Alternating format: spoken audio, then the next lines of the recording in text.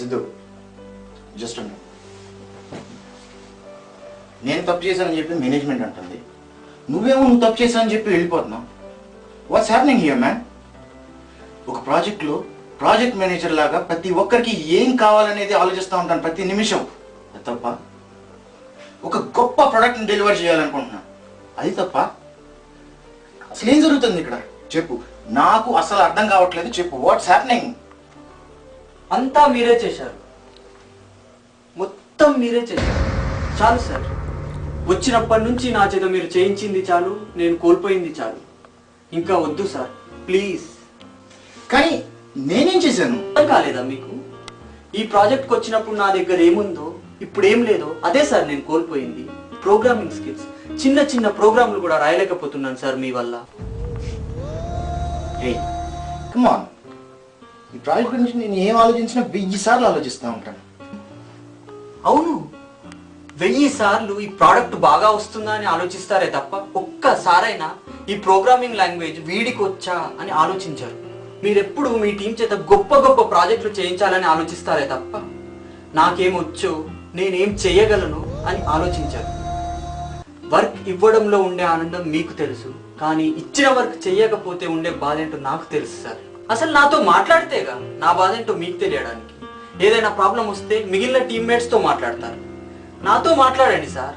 నా వర్క్ చూసి చెప్పండి సార్, ఫ్రెండ్లీగా ఉండండి సార్. కానీ అన్ని విషయాలు మీతో ఫ్రెండ్లీగానే ఉంటాను కదా. చెప్తారు కానీ ఉండరు, ఎందుకంటే అంతా మీకు నచ్చినట్టే జరగాలి కదా.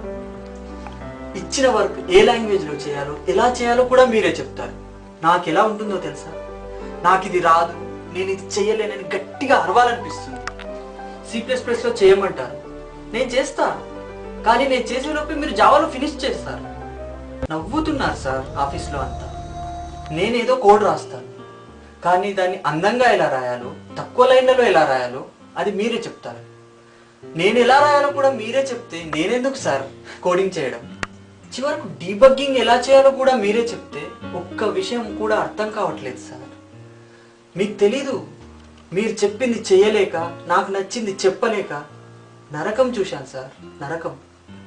ఆ ఫ్రస్ట్రేషన్, కోపం, చిరాకు ఎవరి మీద చూపించాలో, ఎలా చూపించాలో కూడా తెలియక లాస్ట్ మంత్ మా ఆవిడ మీద అర్చేశాను సార్. పుట్టింటికి వెళ్ళింది, ఇంకా రాలేదు, ఇంకా వస్తుందని నమ్మకము లేదు. అసలు నేనెందుకు ఇలా ఉన్నాను నాకే తెలియకపోతే ఆవిడకేం తెలుస్తుంది సార్? వెళ్ళిపోయింది, నేను తన కరెక్ట్ కాదని వెళ్ళిపోయింది. నేను ఈ ప్రాజెక్ట్లో చేరినప్పుడు ఆవిడకు ప్రామిస్ చేశాను, ఒక బెస్ట్ ప్రోగ్రామర్ అవార్డు తీసుకుంటాను. కానీ ఈరోజు చెప్తున్నాను, ఈ కంపెనీ ఒక బెస్ట్ ప్రోగ్రామర్ని కోల్పోతుంది సార్. సరే, నేను ఇప్పుడు టెస్టింగ్ చేయాలి అంతే కదా, చేస్తాను, కానీ అది కూడా సరిగ్గా చేయలేనని నాకు తెలుసు సార్. ప్రాజెక్ట్ మేనేజర్గా మీరు ఇన్నాళ్ళు గెలిచాను అనుకుంటున్నారు కదా, కానీ మిమ్మల్ని గెలిపించడానికి 24 నెలలుగా నేను ఓడిపోతూనే ఉన్నాను సార్. ఇలా ఓడిపోతూనే ఉంటే మరో 2 ఏళ్ళకి నా ఎక్స్పీరియన్స్ ఏంట్రా అని చూస్తే అందులో నేను ఉండను, మీరే ఉంటారు, మొత్తం మీరే ఉంటారు. ఇన్నాళ్ళు నేను ఈ వర్క్తో హ్యాపీగా లేను, ఉండడానికి ట్రై చేశాను, ఇక ముందు కూడా అలాగే ఉంటాను. కానీ నాదొక చిన్న రిక్వెస్ట్ సార్, దయచేసి ప్లీజ్ నేను చేయలేని వర్క్ ఇచ్చి నేనేదో చేసేయాలని మాత్రం కోరుకోవద్దు.